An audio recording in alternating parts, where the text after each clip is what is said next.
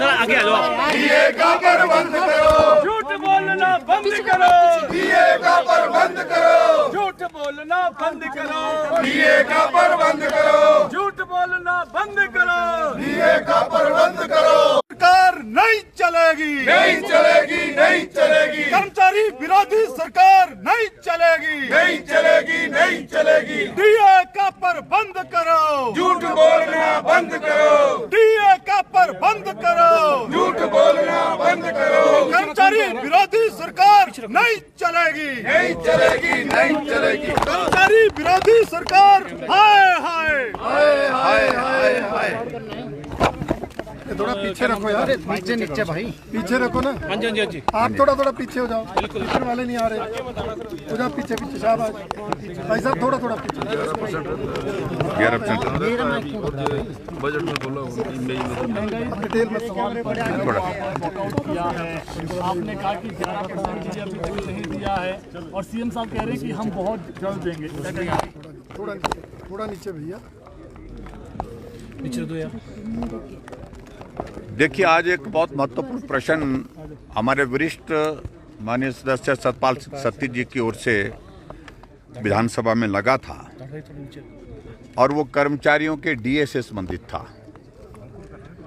और मैं इस बात को स्पष्ट कर दूं कि हिमाचल प्रदेश में कांग्रेस पार्टी की सरकार जब आई है तो कर्मचारियों का बहुत बड़ा योगदान उसमें रहा है। कर्मचारी हितैषी कांग्रेस पार्टी है, ये एक इस तरह का भ्रम उनने कर्मचारियों के बीच में फैलाया था और उसकी अब पोल खुल गई।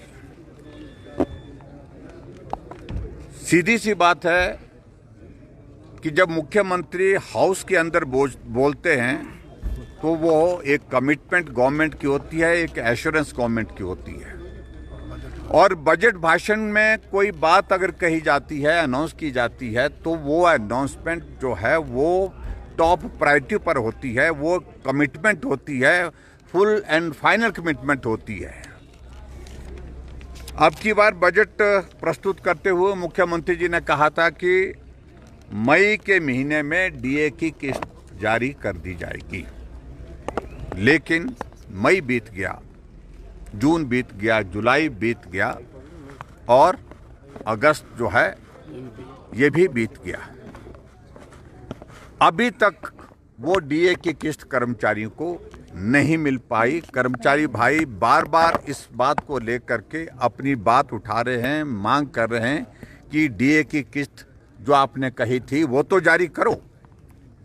और अभी तक डीए की किस्त जो है 4+4+3 यानी कि 11% जो है डीए की किस्त देने को हो गई।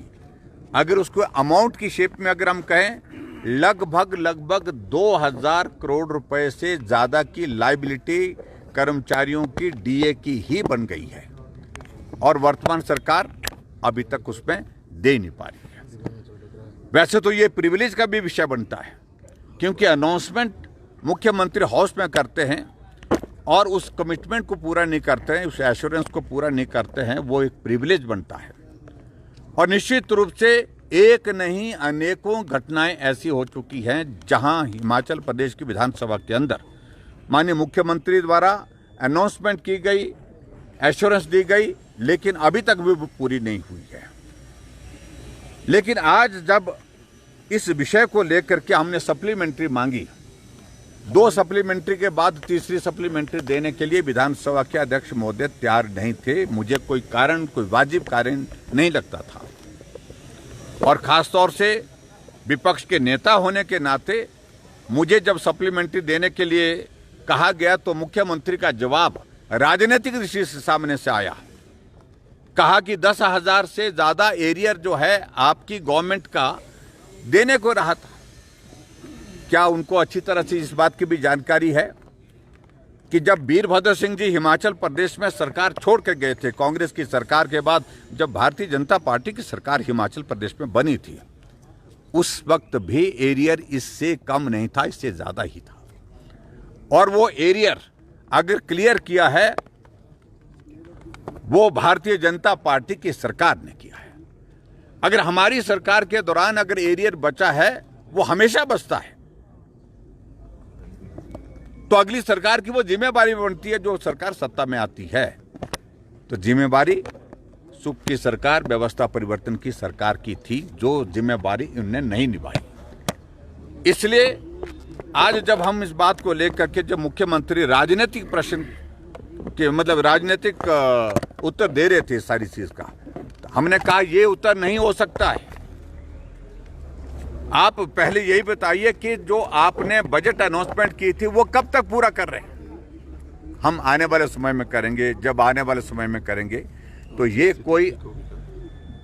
कोई उत्तर नहीं बनता है। आर्थिक स्थिति जब ठीक होगी, और आर्थिक स्थिति ठीक होने की संभावना अभी तक कई वर्षों तक नहीं है, और वर्तमान सरकार के कार्यकाल में तो बिल्कुल भी नहीं है। ऐसी सूरत में क्या ये मान करके चले कर्मचारी कि आर्थिक स्थिति इस सरकार में ठीक नहीं होगी, इसलिए डीए की किस्त जो है नहीं मिलेगी? तो ये बात आज जब हमने पूछी तो उसका उत्तर उन्होंने जब नहीं दिया, और खास तौर से जब आर्थिक स्थिति के लिए हमको जिम्मेवार ठहराते हैं, उनको इस बात को समझना चाहिए कि रेवेन्यू डेफिसिट ग्रांट का जिक्र कर रहे थे। रेवेन्यू डेफिसिट ग्रांट जो है फाइनेंस कमीशन ने, ऐसा नहीं है कि लास्ट में अनाउंस की थी, पहले अनाउंस की हुई थी, और वो हर साल टेपर डाउन होनी थी, कम होनी थी। अपनी कमिटमेंट, अपने वादे, अपनी घोषणाएं उसके हिसाब से उनको करनी चाहिए थी। ये सदन के सदस्य थे जो वर्तमान में मुख्यमंत्री हैं, उस वक्त विपक्ष में थे, तो उस वक्त इनको इस बात को समझना चाहिए था।